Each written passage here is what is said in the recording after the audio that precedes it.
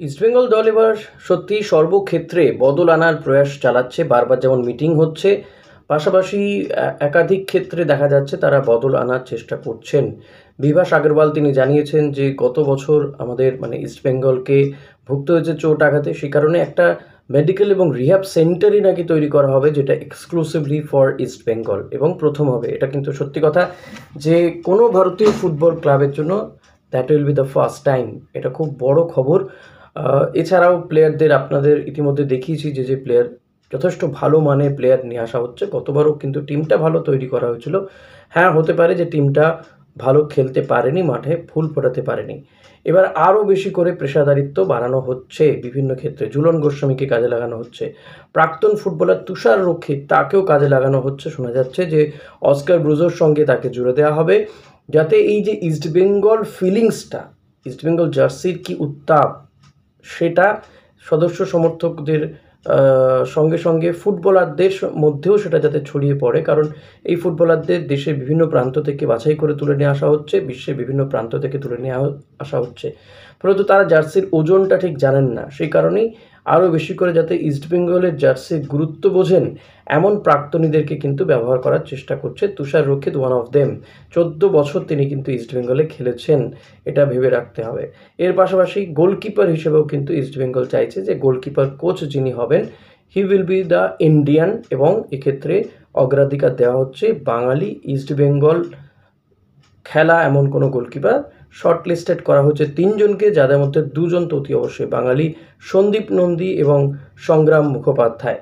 এক্ষেত্রে বলবো সন্দীপ নন্দী কিন্তু অনেকাংশে এগিয়ে রয়েছে, যেহেতু তিনি আই লিগেরও একটি ক্লাবে তিনি গোলকিপার কোচ ছিলেন, এবং সন্দীপ নন্দী কিন্তু খুব সম্ভবত তিনিই হয়তো হতে চলেছেন, বাট এখনও যেহেতু অ্যানাউন্সমেন্ট হয়নি, এটা বলাটা ঠিক হবে না।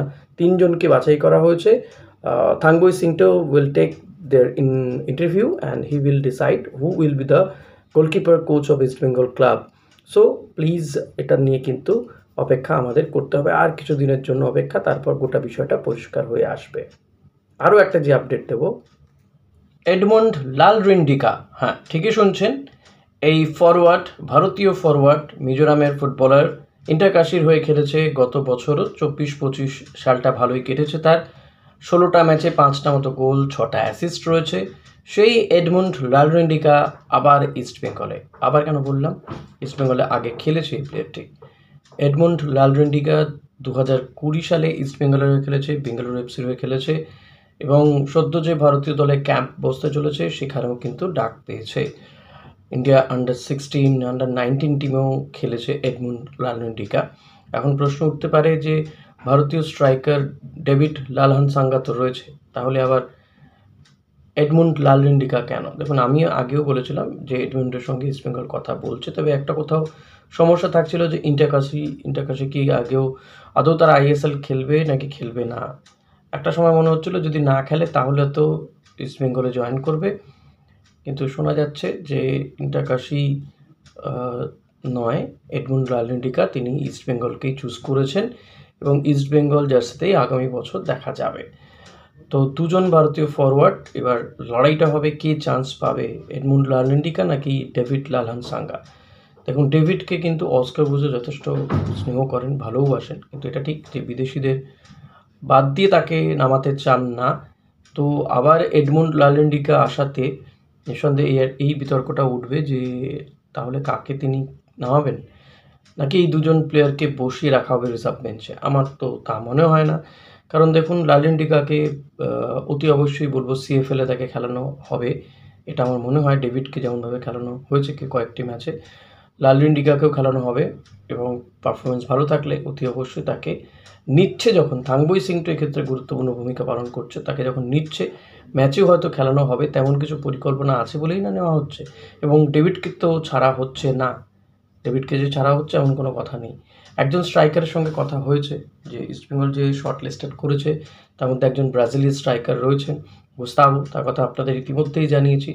তো গুস্তাভো যদি আসেও, আর যদি দিয়ামান্তাকোস চলে যায়, শোনা যাচ্ছে আবার নাকি দিয়ামান্তাকোসকে রেখে দেওয়াও হতে পারে। লেটস সি কী হয়, দিয়ামান্তাকোসকে নিয়ে শেষমেশ কী সিদ্ধান্ত হয়। তবে আমার মনে হয় যদি দিয়ামান্তাকোস থাকেনও তাহলে কিন্তু অনেক বেশি কার্যকরী হয়ে উঠতে পারেন, কারণ মিগুয়েল আসবে, তারপর আরও বেশ কয়েকটি প্লেয়ার আসছেই, মিডফিল্ড বা ডিফেন্সের প্লেয়ার ভালো হচ্ছে, টিমটা ঢেলে সাজানো হবে। এক্ষেত্রে টাকা পয়সা বা বাজেটটা কোনো প্রবলেম নয়, গতকালই জানিয়ে দিয়েছেন ইস্টবেঙ্গল কর্তারা। সো আবার কিন্তু বলবো যে ইস্টবেঙ্গল ভালো টিম তৈরি করছে।